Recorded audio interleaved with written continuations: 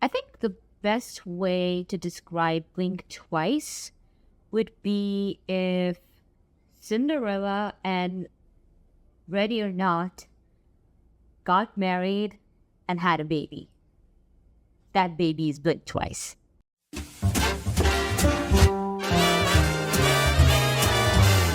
What's up, y'all? This is Preet's Perspective with me, Preeta. So, this week I got a chance to catch a screening of Blink Twice, which is written, directed, and produced by Zoe Kravitz. This is her directorial debut. It stars Naomi Ackie and Channing Tatum in the lead. And needless to say, I had a great time, despite the fact that I was in a nearly empty theater. Like, there were literally,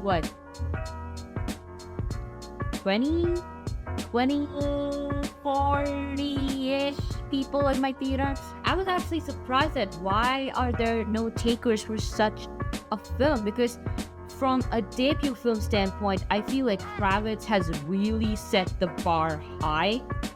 And especially when you deal with a genre like a psychological thriller, you know that there are going to be a lot of expectations in order to deliver the twists and the turns and the world building and the characterization. And I feel like Kravitz has really done an amazing job in delivering a very cleverly written theater. A very cleverly written film. Why did I say theater? Sorry. So the story follows Frida, who is a waitress played by Ackie, and she's just trying to make ends meet with her friend Jess, and at one such party she happens to run into Slater King, who is this multi-millionaire rich tech boy played by Tatum. And so he invites them to his private island where they get to spend a lovely evening until they start to realize that things might not be as it seems.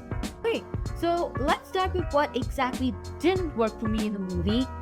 I feel like the ending could have been better structured because, okay, I'm gonna reveal this a little. Blink Twice deals with topics of sexual abuse, sexual violence, and trauma. And when you see all the twists and turns come in, and when you get that very cathartic, climactic moment, I feel like the resolution to the problem was kind of very anticlimactic, and it sort of felt a little type of moment. I mean, it's a really good ending, no doubt. I just wish that some of the elements could have been removed. What they were, I don't want to spoil anything, so I'm gonna leave you with that. Also, I feel like the background score was sort of underutilized, especially towards the ending. Because, okay, don't get me wrong, throughout the movie, there's a really clever use of silence, and there's this really soft, tranquil score going around, which kind of like shows the peace that is there in the island and shows how tranquil it is. And at the same time, it also like gives you subtle hints that things are not exactly how they seem to be, and there is like something wrong in this island, something really horrible is happening. And it's also sort of like putting you in this trance, while at the same time telling you to wake up. So when the climax comes in, you're literally like craving for a very cathartic, all guns blazing type background score to just layer in and give you that goosebump feeling that, hell yeah, my heroine is winning. But instead, you don't exactly get that. You get mostly like moments of combat and a bit of ADR of them fighting. you kind of crave for a bit of background score in those moments at least. So I feel like those moments really lacked a bit of background score, but I feel like the sound design overall was pretty great, and I really liked the usage of silence throughout the film. And yeah, that's probably what may or may not have worked for the movie for me. So let's talk about what did work for me. First things first, I have to give props to Kravitz's direction. So I was doing a bit of digging. Blink Twice was actually in the works since 2017. And then I think they shot it during the pandemic, if I'm not mistaken. So I feel like for a project like this, it was definitely worth the wait, because Kravitz really knows how to build her character and how to like integrate those characters into a world. She knows how to utilize all of the members of her cast. Everybody has a stake at hand, and no one really goes out without like a brief moment or two. Everybody has their purpose, and I really like the way she kind of structures the film overall. Like in the beginning, you literally feel like you're having a Cinderella moment. I mean, Frida, the heroine, she literally trips over a shoe, falls down, and then Slater King offers a hand and helps her get up. That's literally like every Cinderella moment ever.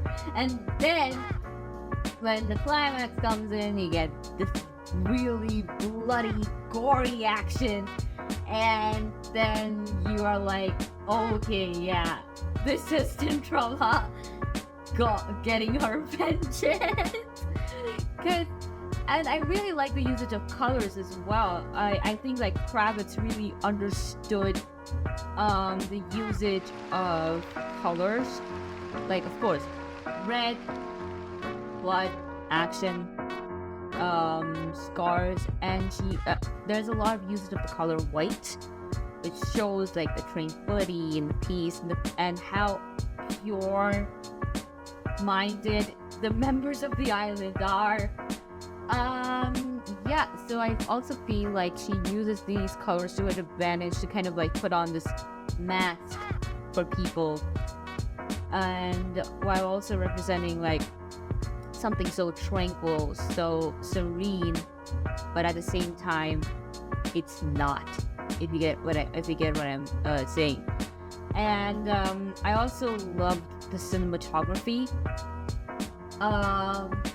There are moments which are like supposed to be very serene, very peaceful, but the way the camera moves, it's like it starts out being really tranquil, but at the same time it leaves you really like unsettled.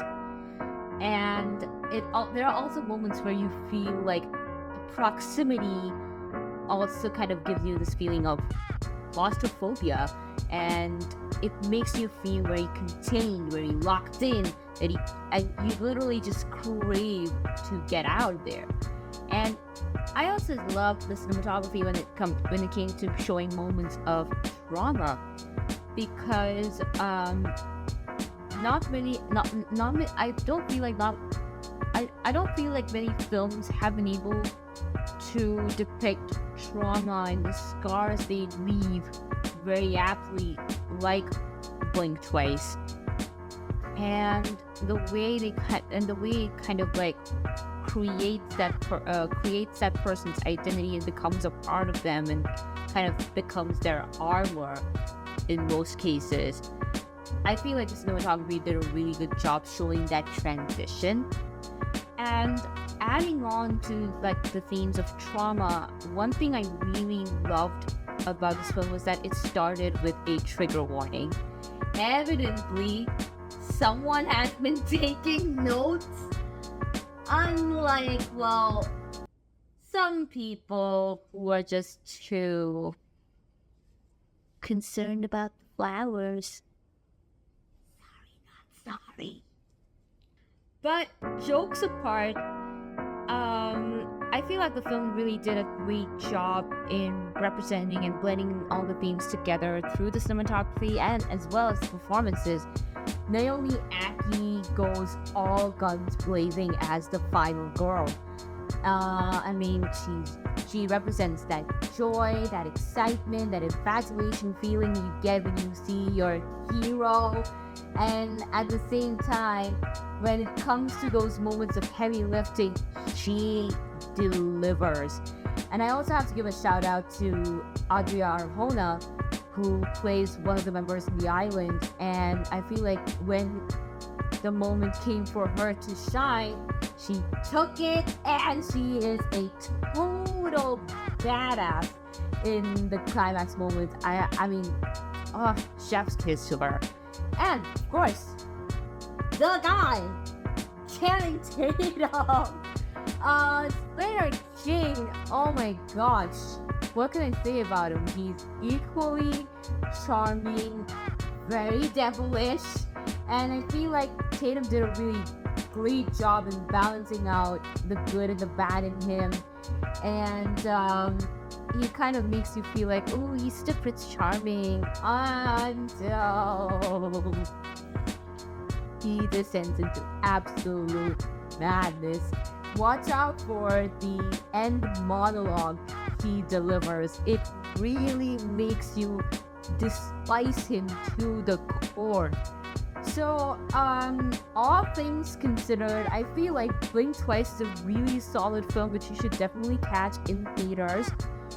I'm gonna rate this film 4 stars because, like I said, had the ending been a better, had the ending been better structured and had a better resolution, and had the background score maybe been amped up a little more towards the climactic moments, I feel like this film would have done an amazing job, and this would have been one of the best debuts from a director so far. But I feel like regardless of any of that, Kravitz has done a great job and has delivered a really solid debut, and I'm actually looking forward to more of her directorial ventures.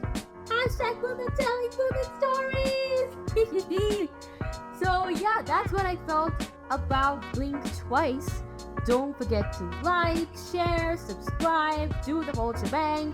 Follow me on Instagram at mukherjeeprita01 and follow me on Letterboxd at thatfilmychick for more such reviews. This is Pri's Perspective signing off. Bye!